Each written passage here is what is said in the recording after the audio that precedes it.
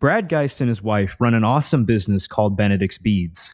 Their website, benedictsbeads.com, has a wide variety of handmade rosaries and Catholic gifts. Their rosaries are not only beautiful, but designed with theological meaning. I mean, look at this one. It's Our Lady, Ark of the New Covenant. That's a pretty cool typological rosary. Benedict's Beads also specializes in a unique kind of rosary called a ladder rosary. They're built strong, and you can customize them as you like. In fact, here's the rosary that I designed on their website. It's a St. Peter rosary. As you can tell from the color of the beads, it matches Peter's iconography.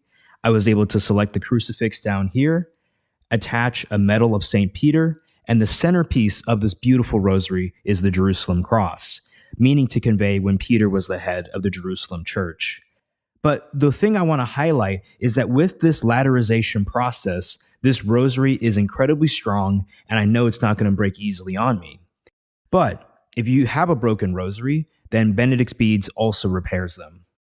This is an awesome Catholic business run by a growing Catholic family, and I recommend all my listeners check them out.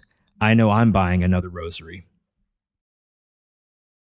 Welcome to this episode of Intellectual Catholicism. Today I'm here with my good friend Ron Ratliff, and we're going to be discussing the life of C.S. Lewis and the life of Walter Hooper. So kind of a 2-for-1 bundle. Now, I always like to say on my channel and even in person, Ron, this joke that I have about living memory and New Testament studies. So basically, if C.S. Lewis is John the Apostle, and then let's say Walter Hooper is Polycarp, right? Then you are Irenaeus in that chain of living memory.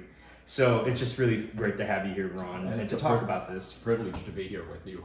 Well, Ron, so I just have a few questions for you today. So the first question is, can you just introduce yourself to the audience? And also feel free to look at the camera. Okay, too. all right. I'm Ron Ratliff. I live in Manhattan, Kansas, and I came into the Catholic Church in 2011 and worked for many years as a librarian, teacher, worked for 15 years at Manhattan Christian College, a wonderful little Protestant Bible college in Manhattan. And it was during my time working there that I became a Catholic. And they were very, very gracious and generous to me. I retired 2 years ago and work now part-time, although it seems like full-time, for St. Isidore's Catholic Student Center on the K-State campus. And I create content for Kanza Catholic, kanzacatholic.com. I do courses. I completed a course on Mere Christianity and just recently finished recording a 7-episode course on the Great Divorce, and have started working on the Screwtape Letters, which will be 7 episodes, but it'll be a thematic study, a little different approach than what I've done before. So that's kind of a very quick, in a nutshell, little bit about me. Yeah, and Ron, when I was coming into the church, I think you were there from the very beginning. You were there when I was confirmed and brought in on Pentecost 2020. So, it's nice to have you here as kind of, I don't know, the anchor or the constant image, that's there throughout my whole time as a Catholic. So, it was great watching you. That's one of the treasures of being around St. Isidore's. I had started doing some things for them around 2018. I would come in during the evenings and do a little, it was some C.S. Lewis stuff, a variety of things, and that's how I got to know students, and that's how I got to know you. So it was really cool to walk with you and to see you wrestle with the things that I had wrestled with years before. What was it? We joke that Scott Hahn is like grandpa Catholic, or maybe grandfather Catholic, and then you're like grandpa Catholic too for all the students at St. Isidore's. They've recently gone from grandpa Catholic to referring to me as Gandalf. Yes, so I like that. I guess there is some advantage to age. Right. I joke that the older I get, I look like him more and more all the time. It's really fun. Man. Well, Ron, we have so much to talk about. I was just saying I have a few questions, but I feel like it could just expand and expand. Yeah. So let's just get right into it. So I want to talk about your journey into Catholicism. Okay. Give me kind of what happened, where did it start, and your background as a Protestant. Okay. I was raised in a Christian home, went to church every week, and had the and this was in the 60s, and I was a teenager into the late 60s and early 70s. So I was part of the Jesus movement of that era, and was fortunate to attend a church where we had really good people there. The youth pastors that we had were very contemporary. I remember we spent weeks going through Jesus Christ Superstar. Oh yeah, yeah. So it wasn't it wasn't legalistic. It wasn't sort of browbeating us. It was just a very wonderful experience, and my friends were really my church friends. And I think looking back on it, that provided me with a lot of buffers and a lot of things that kept, because we kind of looked out for each other. I ended up, I'll compress this as quick as possible, Sure. Ended up attending Manhattan Christian College, where I worked. Went there from the mid to late 70s. Then I went to Dallas Theological Seminary, sort of the mecca of evangelical Protestantism, and earned a Master of Theology there. And then after that, I came out of seminary and went through a really bad church experience. We moved back to my hometown. Long story short, I ended up not going into ministry, went through a really bad church situation, and was on my way to becoming a really first-class skeptic. I was very angry, and it took C.S. Lewis coming to my rescue to sort of keep me from going over the edge. And it was his book, A Grief Observed, that really became a healing process with me. Fast forward about 10, 12 years, I'm doing some preaching at a little church south of Manhattan, wonderful little group of people, and a book came out. And I, being always a reader, this book caught my eye. And it was just at the right time where a lot of things came together. It was Mark Noll's book, The Scandal of the Evangelical Mind. Yeah. And I had reached a point in the mid to late 90s where I was just something inside me wasn't at peace anymore. And it wasn't that I had a problem with the faith. It was, is this all there is? And why do I feel so unsettled about things? Mark Noll's book was like throwing a match on a box of dry wood. He just addressed a lot of things that I could read and say, yes, this is, I feel the exact same way about that. And then that book really began working on me, but nothing really happened until around 2000, when I went to work for K-State for a number of years and needed, as a librarian, and I needed to do publishing, do the tenure things, and that's when I got connected with the C.S. Lewis Foundation, and I started reading Lewis, everything I could get my hands on.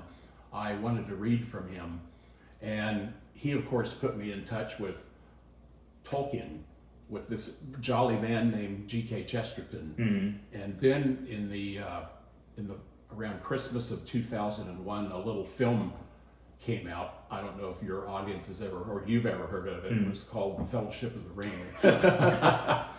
And I sat in the theater after that film was over with my mouth open. Just friends had been telling me for years, you need to read The Lord of the Rings.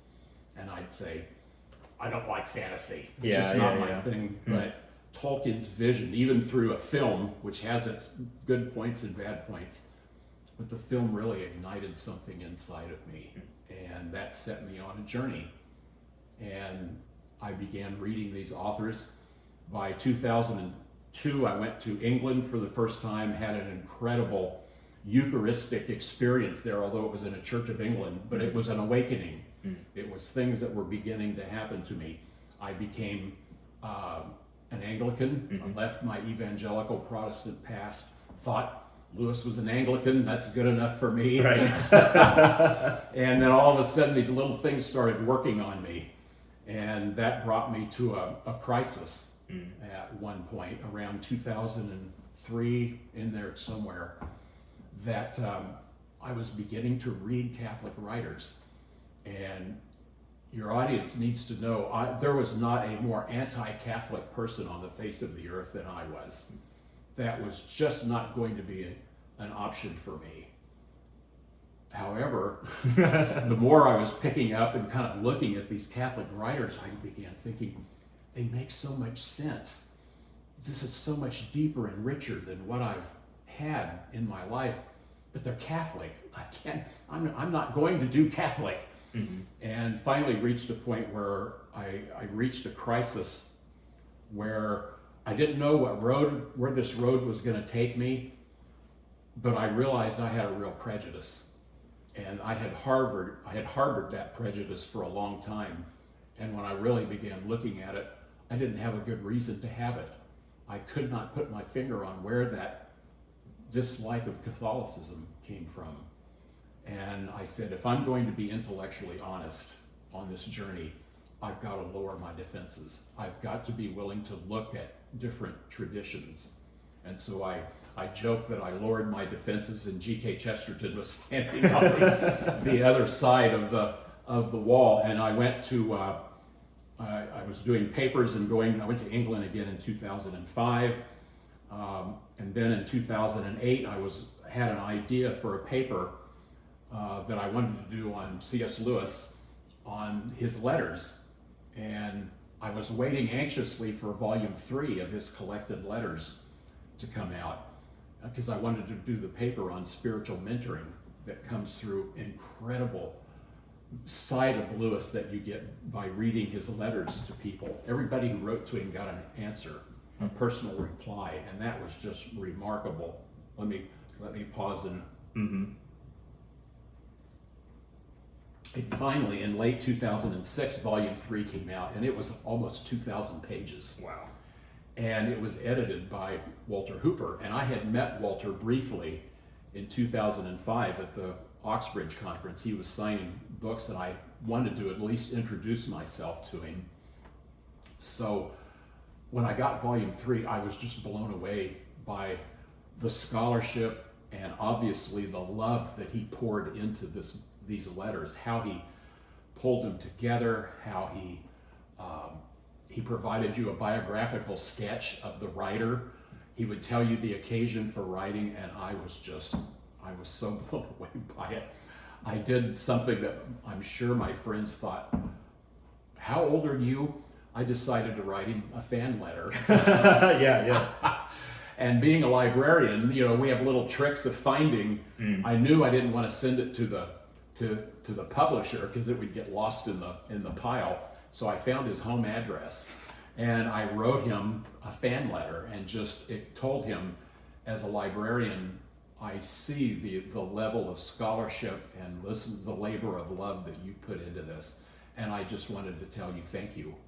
This is so remarkable. I sent the letter, thought, okay, I did the thing I wanted to do, never expecting an answer back from him. I thought, Walter Hooper is one of the busiest people on the face of the earth. Mm-hmm. He probably knows everybody, and people who want to talk to him, they're scholars. I'm an enthusiast, to Lewis.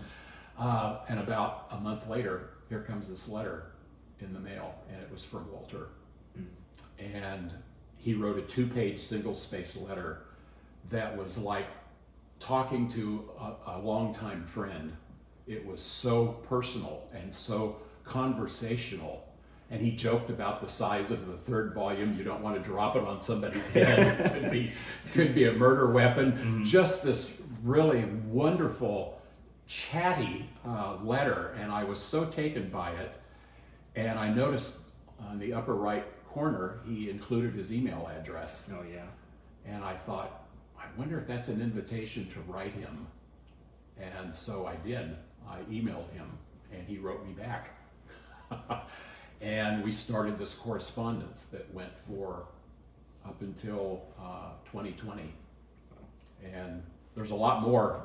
You want me to keep going?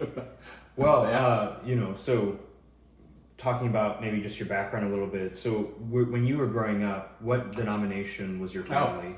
Yeah. We attended a Christian church, okay, associated with the Stone Campbell movement. Mm-hmm. They're independent churches. They're sort of a loose, and like most Protestant groups, they had split. They used to be the Disciples of Christ, and they still are, but that's kind of the more liberal side. And then the sort of the more right side of that are Churches of Christ that are independent Churches of Christ. And then sort of in the middle are Christian churches, which aren't super conservative, but they're certainly not liberal. And that middle one is the tradition that I grew up in. That you grew up in. And then from there, you would then identify as an evangelical. Yes. Especially going to Dallas, right. Theological Seminary. And then you became an Anglican through your kind of encounter with Lewis. Right. And then while you're talking to Walter Hooper, you're still Anglican. Yes. Right? And then Hooper was Catholic. Yeah, okay. A convert also. He was a convert, mm-hmm. and I knew that when we started our correspondence. Mm-hmm. So as I got to know him, that first year we were exchanging a lot of emails, and I was just floored that he would answer my emails back so well. The first sort of milestone we reached is about 6 months into our correspondence. He asked me to stop calling him Mr. Hooper. Mr. Hooper, yeah. He said, please call me Walter, and that was a hard thing for me to do. But as that first year of our talking, I let it be known to him that I'm looking at Catholicism, and I know you were a convert, so that kind of started our correspondence going in a direction where I was asking questions and he'd respond back to me. Then in 2008, I had written a paper based on Lewis's letters, and I submitted the proposal, and it was accepted, and I was planning on going back to Oxford in the summer of 2008. And Walter and I were talking, and I told him my paper had been accepted, and about 2 or 3 months before the conference, he invited me to tea at his home. And I felt really, really bad because I thought, oh my gosh, he sent this to the wrong person. There's no way Walter Hooper would invite me to his home for tea. But I didn't want to say anything. I didn't want to embarrass him, but I felt like I need to tell him this. So about 6 weeks out before the conference, I had an occasion to write to him, and at the end of the email I said, by the way, you accidentally invited me to tea at your house, and I just wanted to let you know that you should probably let the person you intended invite to correct that. And he wrote back and said, no, I want you to come to visit me. So that was that meeting. I would see him again in 2011, 2016, and 2018 was the last time I got to go see him.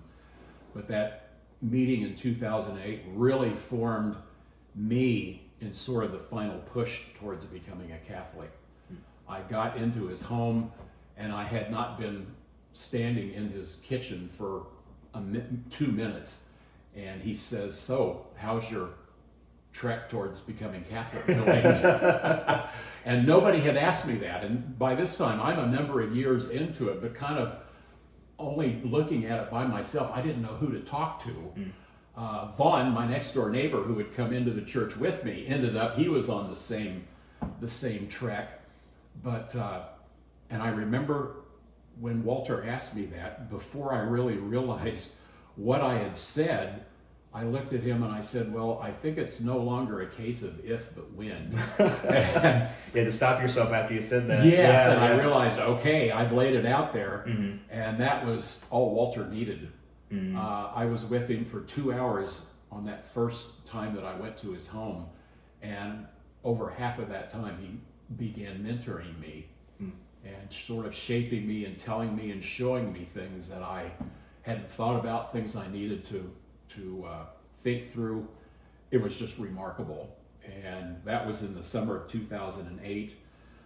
It would be a little over 2 years yet before I would actually start RCIA.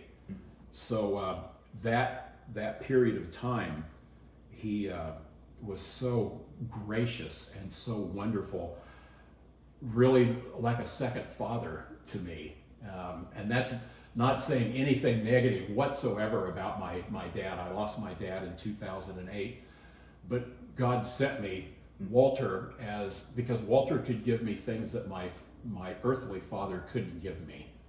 And that was mentoring into the Catholic Church. Right. So there were times when there was at one point where I wanted Walter to be my godfather.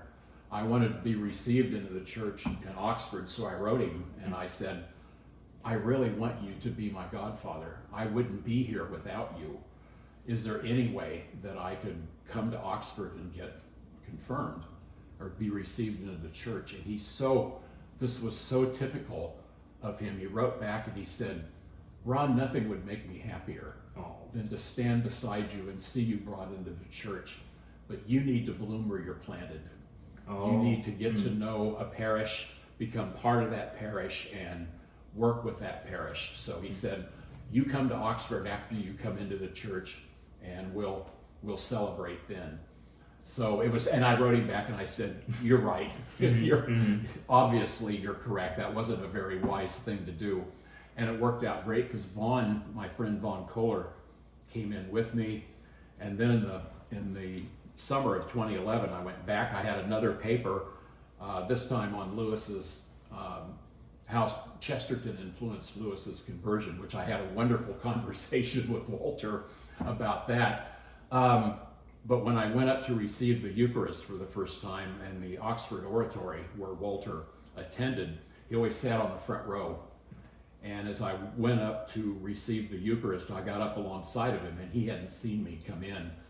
And I just reached over a little bit and squeezed him on the shoulder, and he looked up at me.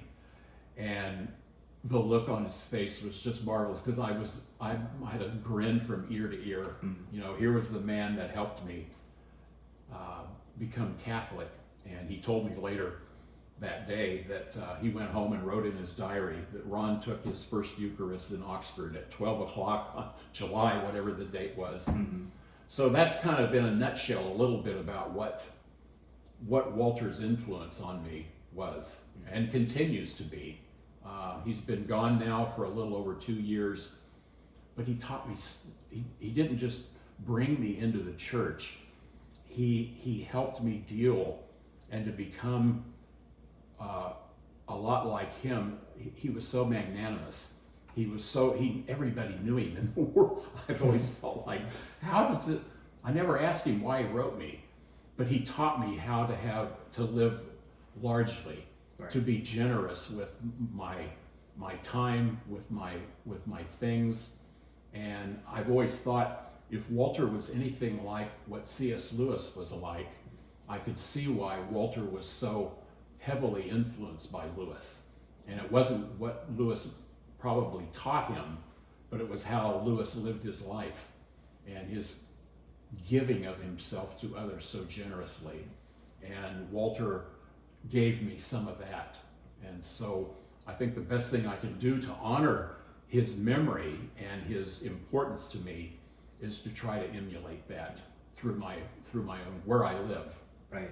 So when you were coming into the church, Walter helped you through some issues. What were some of the hang-ups for you with Catholicism that eventually were dealt with as you went along? It's interesting. When I worked at K-State before I went over to the Christian college, I kept my little list. Yeah, You probably had a list too. Right. I had about 8 or 9 things on there that, okay, these are the things I could never become Catholic because of that. Mm-hmm.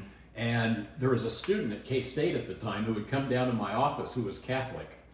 And we would have the most interesting discussions with each other because he was very much like Chesterton. He had this very large laugh, and he took my points and would just shoot them to pieces, but I wasn't going to give up. So it was, the whole thing about Mary, justification, the saints, the Pope, mm-hmm. Authority, all of those things were on my list.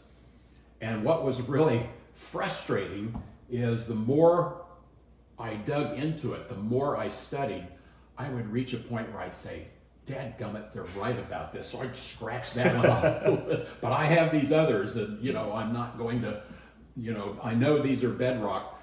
And it was this wonderful realization at each point that what I thought the Catholic Church was in fact not what the Catholic Church was. Mm-hmm. And once I could see where they were coming from, not only did I understand it, but it sort of wrapped itself around me like a warm blanket. It made me want to come closer and closer to it. So it was the usual issues. What is interesting in my case anyway is I came down to where I was ready to start RCIA, and I realized there was one issue still very much ingrained in me, and that was this Protestant idea that I am my own authority. Right. I am my own pope, you could say. And I realized that's a real problem. And I look back, I'd been to Bible college, I'd been to Dallas Seminary.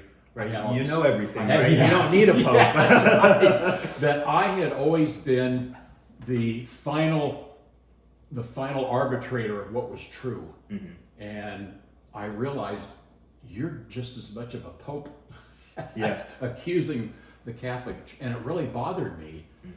And I realized until I can deal with this and be able to set that aside and embrace the church, I had to do that. That was a big hurdle for me. In other words, you were trying to figure out who has the right to make the final call on doctrines on faith and moral. Is it me as the individual believer? And I know that there are some Protestants who would say, "Oh, well, of course we don't view it that way. We have, Protestants will say we have councils, we have traditions as well," which is true. Yeah. But still, ultimately, you have to be personally convinced. Yes. Whereas, in the Catholic vision, it's, look, maybe I'm not fully intellectually convinced, but I know because Christ built a church and built a magisterium, I can trust it. Yes. Right? And so that's a way in which you can prevent the possibility of schism being a rational option. Right. And again, at every step in the 10 years that it took me to become Catholic, God comes through, and He led me to Cardinal Newman. I knew kind of who he was, but somebody somewhere along the line recommended his essay on the development of Christian doctrine. And when I started reading that, I joked that the final nails of Protestantism were the nails were nailed into my Protestant coffin, and I had no further. He really brings the whole. He brought everything together for me, and seeing how doctrines develop over time, and how.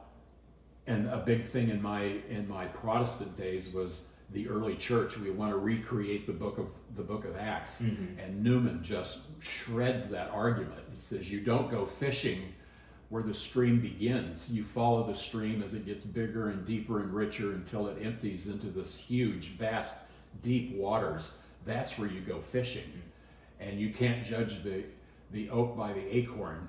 You have to follow the church as it develops, and we can't go back to the beginning and try to emulate the book of Acts, because that was only the beginning of the church. Those things hit me really, really hard. And it was after reading Newman that I could say, okay, the church has been around a whole lot longer than I have. I can trust it. And I was able to make that move.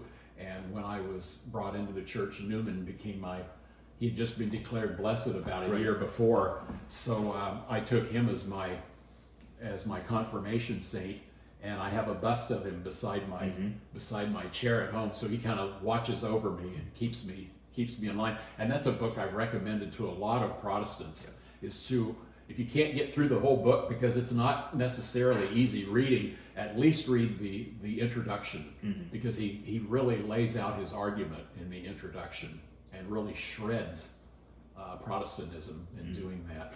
As a matter of fact, I have a shirt that I wear occasionally. It's from a letter that Newman wrote. There was at one point, after his being received into the church, rumors that he was going to return to the Church of England, and he wrote this hilarious letter to the editor of a newspaper, and in one of the lines he says, "Protestantism is the dreariest of religions." I remember you sent me that. I put that on a sweatshirt, and I wear it just to hopefully to provoke conversation, but it hasn't done that yet. Right. So those are some of the dynamics that went into my journey. So, Ron, can you talk to me about, Walter was the secretary of C.S. Lewis, and after Lewis passed, he had the monumental task of trying to compile his writings and Yes. find anything that was unpublished and just edit right to perfection insofar as he could. Your friendship with him was meaningful, and it also gave you a lot of insights into Lewis's life. And so I'm wondering if you could share any stories about C.S. Lewis that might not be well known. If that's okay. No, well, Walter himself has shared gobs of them. Or do you have any favorites in particular? There's one that he shared with me in 2018 that he hadn't shared with me before.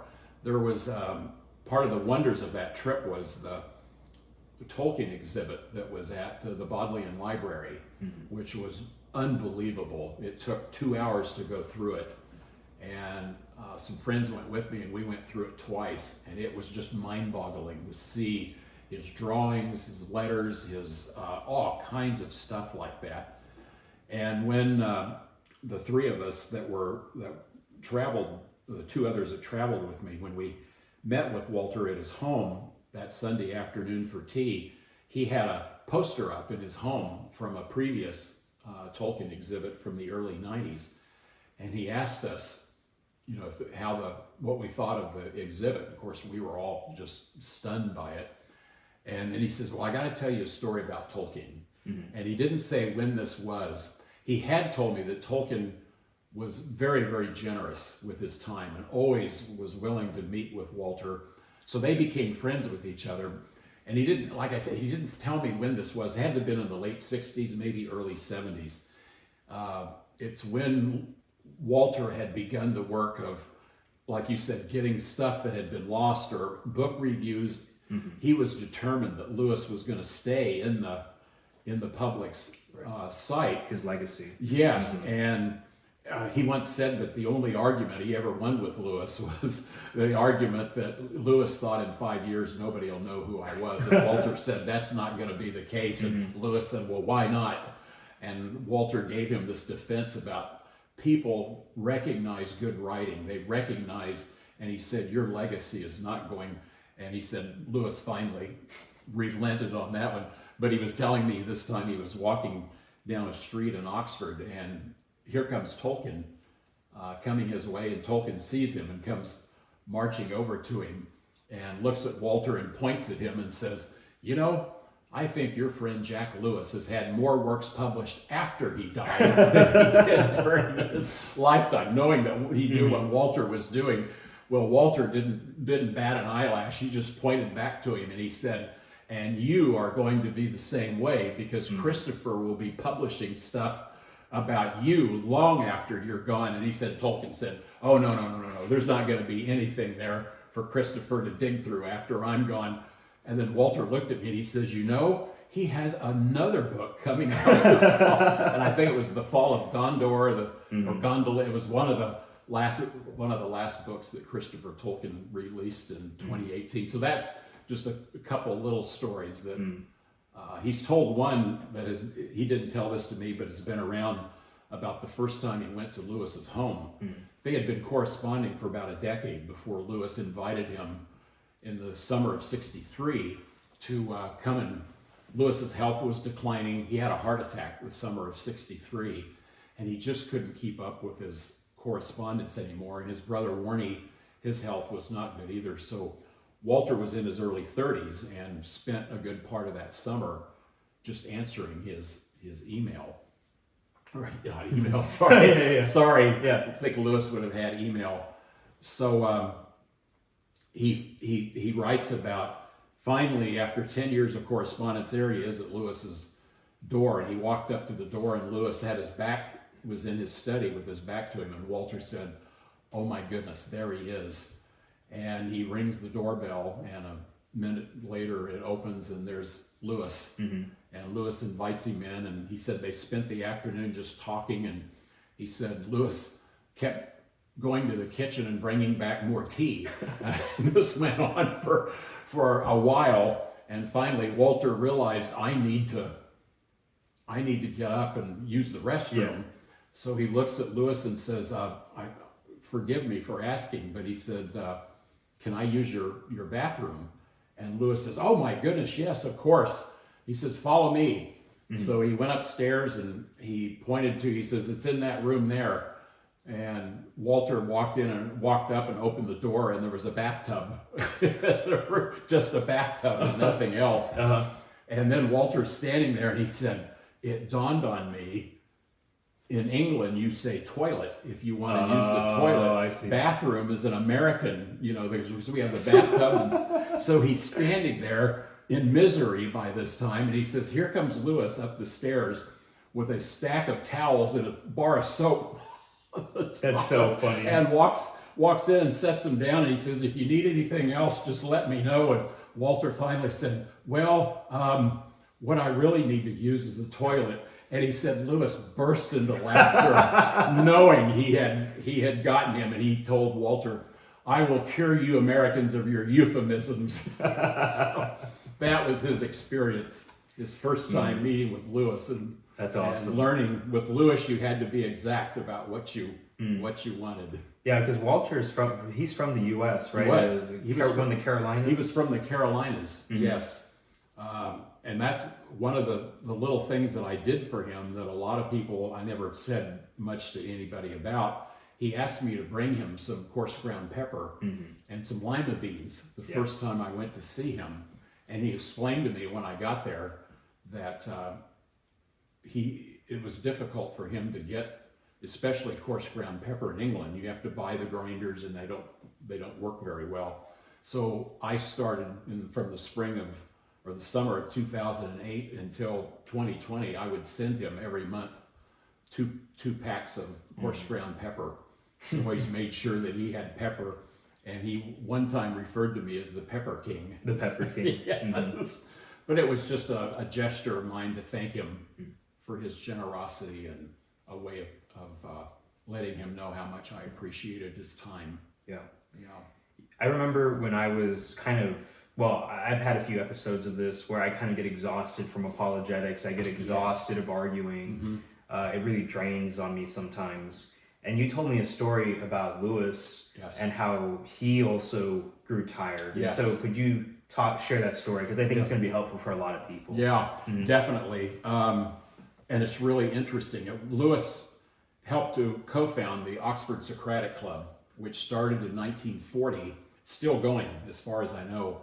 But Lewis sort of ran it from 1940 to 1954. In 1954, he left Oxford University and became the chair of medieval and Renaissance literature at Cambridge. Still lived in Oxford, and they just had rooms for him at Cambridge.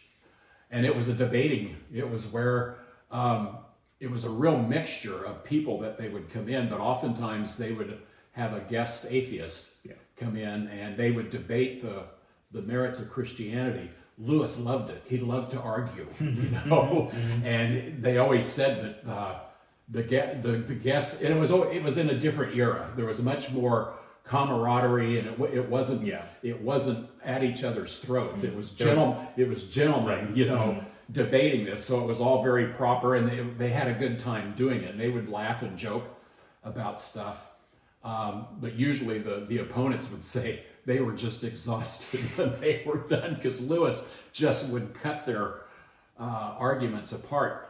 But as the years went by, especially by the late 40s into the early 50s, it was beginning to take a toll on Lewis. He was beginning to have health problems anyway. He was caring for the mother of his best friend who was killed in World War I. And by the late 40s, she was becoming a real problem. Her health was declining too. And Lewis would write that the debating drained him. He said he never felt more susceptible to temptation or more susceptible. His defenses were down spiritually after debating. Wow. And it really took a toll on him. Now, there wasn't always that kind of a debate. There would be different kinds of things like that. But I think that's interesting to know that he was very human, and the prospect of debating all the time took a lot out of him to do that. And he needed to get away. He needed to recharge his batteries, like you need to, or like any of us need to when we're doing something that's very intensive for a long time. I do have two more anecdotal kind of questions. So the first is just kind of going on the arguing point. I remember you told me a story, I think, of Lewis wanting to argue and Walter saying, nope, that's it. Do you remember that? Yes. Yeah. So tell me about It's that. something that I read. Walter didn't tell me this, but Okay. I read it, that Walter had relayed that when he said their evenings together were, usually they did dinner, they would sit down finally, and then Lewis would say, all right, what are we going to talk about tonight? Mm-hmm. And Walter said, it commenced, and they would go at each other. And Walter did tell me this, that if he said something wrong, Lewis would hit the armchair of his chair and he would say, no, it's this. And he would commence to straighten Walter's argument out.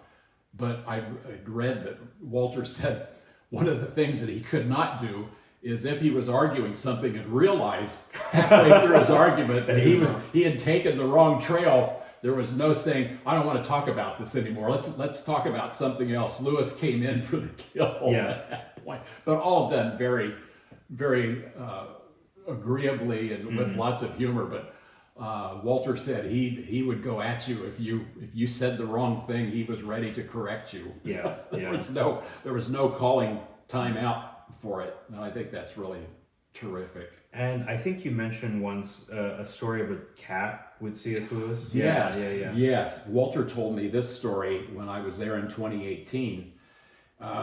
If you're ever blessed to be able to take a tour of his home in Oxford, it's a study center and it's owned by the C.S. Lewis Foundation.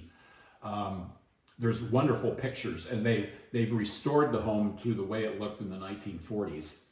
And one of the pictures up there is a picture of an old cat, and his name was Old Tom. And Walter told me that the summer that he lived with Lewis, Old Tom was getting up there in years, and actually had lost all of his teeth. He was that old. And the housekeeper told Lewis, this cat is at the end of his life. We need to, something needs to be done. And Lewis just would not hear of it. He said, no, what I want you to do is a couple days a week, go buy a fish and cook the fish and shred it up and give it in such a way that Old Tom can eat it. So she would go buy a fish, and they kept Old Tom alive probably to the end of his life.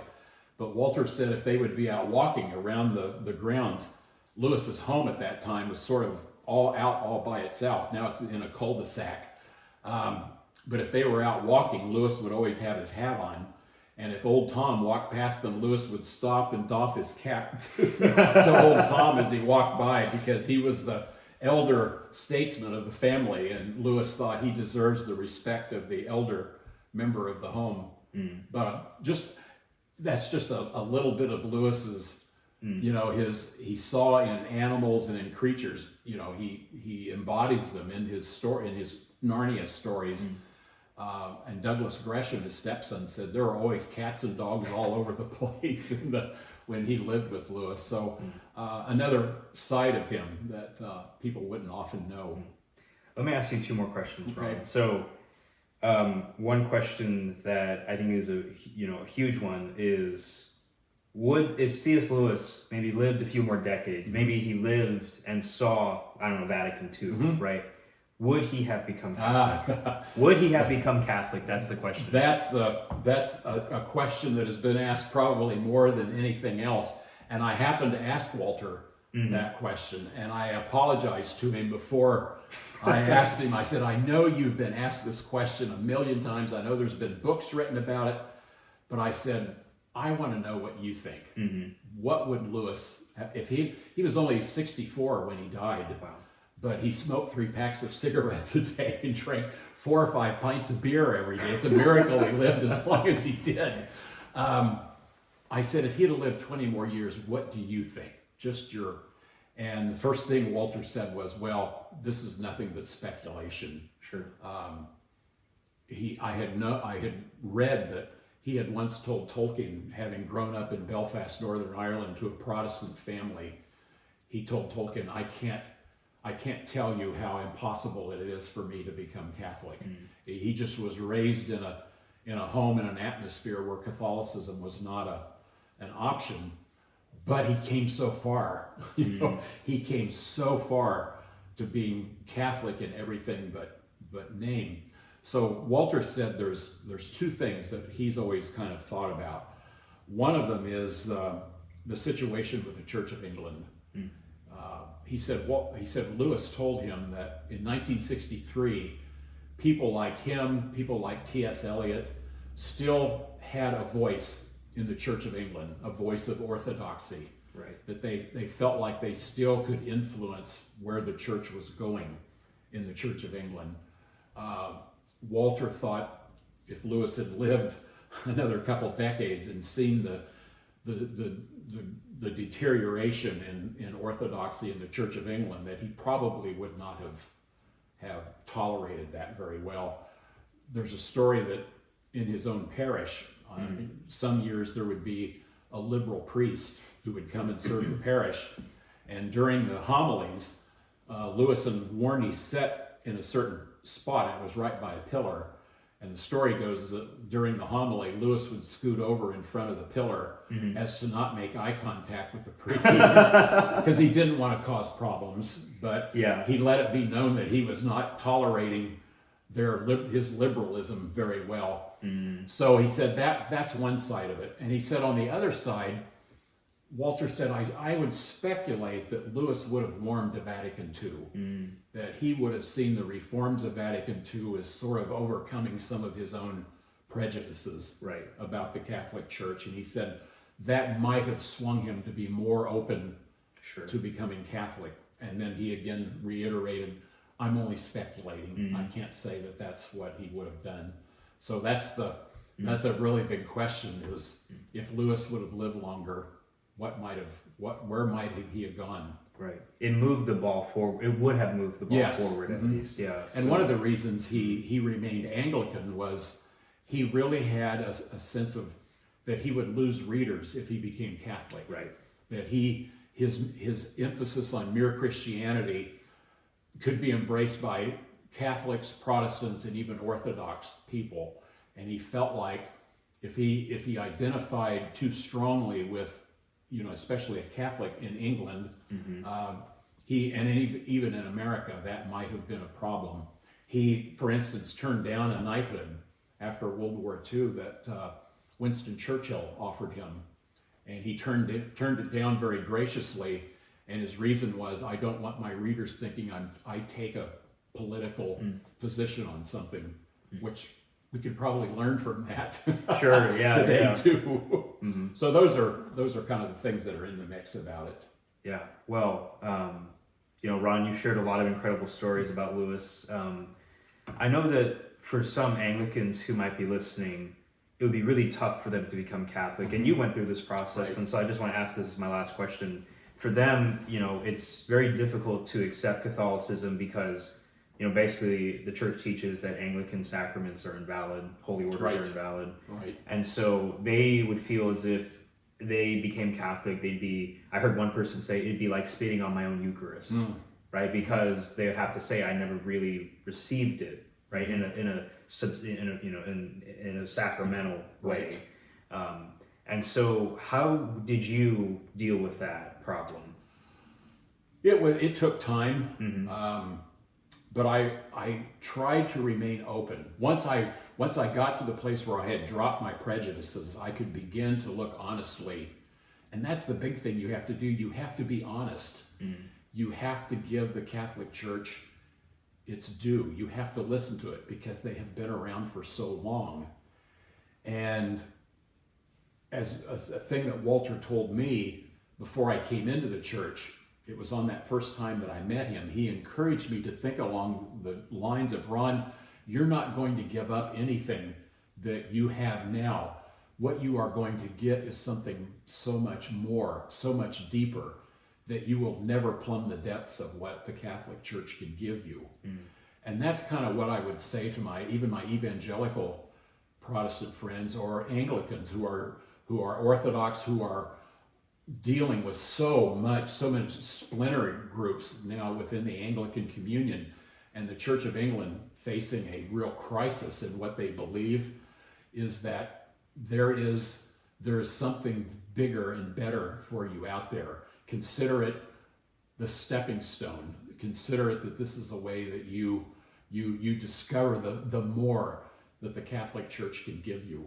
And Pope Benedict was so gracious in opening a way that Anglicans can come into the Catholic Church, and it's so incredible because it allows Anglican churches to retain most of their service, but the priest is ordained to become a Catholic priest, so they retain a lot of their Anglican perspectives, but they're Catholic. Right. And the church is amazing at doing that with other groups as well. So be open to that and realize that you're not going to give up anything. You're gaining so much more. Yeah. And that was certainly the case with me. Ron, I just have to say that it's been such a delight to talk to you. And I appreciate you inviting me. I just want to reiterate once again, like how incredible it is to have the living memory of C.S. Lewis, because like I said before, John the Apostle, we have John the Apostle, we have C.S. Lewis, being the analog, and then you have Polycarp, and then you have Walter Hooper, and then you have Irenaeus and Ron Ratliff. There's the living memory. And so the testimony that you've given us of like what Walter told you about Lewis, historians would not even say that that's oral tradition. Right. They would just say it's oral history. Right. Like that's how reliable and concrete that kind of testimony is. And so, I mean, you're like, I just want to reiterate to the audience, like, this is like if I was to sit down and talk to Irenaeus, the type of testimony that he was giving is the type of testimony you're giving. That's how close it is. I mean, that's just incredible. And so, I don't know, Ron, there's just so much value to what you say, to what you do, to what you bring. It's, and the primary thing that I've taken away from it is a great humility and a huge degree of gratitude. Yeah. This was not something I went looking for. It wasn't something that I expected. That my love of Lewis, who would open the door, I joke that he was my gateway drug to the Catholic Church. He would open the way to that, and I would be mentored along the way by somebody who knew Lewis. I said, you can't make this up. You can't plan this. And then Walter's incredible generosity towards me, and I try to, with that 1 degree of separation that I have from C.S. Lewis, to pass that on, but to finish the work that Lewis started, to get as many into the Catholic Church as I possibly can, as Walter did. Right. Yeah. His conversion stirred up a big bee's nest in a number of areas too, and he would tell me, just love him, just love him, and sometimes it's better to say nothing than to respond back. So he even helped me with things like that. So thank you. Yeah, I love how you were also the most reluctant convert. Yes, to Catholicism. Yeah. I was pulled kicking and screaming into the Catholic Church, but it was the night that I was brought into the church. I went home afterwards and said, "What took me so long? Why didn't I do this 20 years ago, 30 years ago?" But God always has His timing for things like that. Well, that's what yours was. Yes. It's kind of funny that you said like you didn't see it coming. I didn't see it coming either. I was not looking for Catholicism. It just found me, And I would chuckle at times when we would meet and talk about things, because you would say things that I had been saying, 8 or 9 years before, and I just say, yes. Well, it's been a delight, Ron. Thank you. And for those of you who are watching, thank you for joining us today for this episode of Intellectual Catholicism. And once again, I'll put the link in the description for like your podcast and the work that you do. Yeah. And if you want to support me, you can always like and subscribe, and also go on Patreon. All these things are going to help me in my future educational endeavors. But Ron, it was great having you. Thank you, Suan. It was a privilege to be here.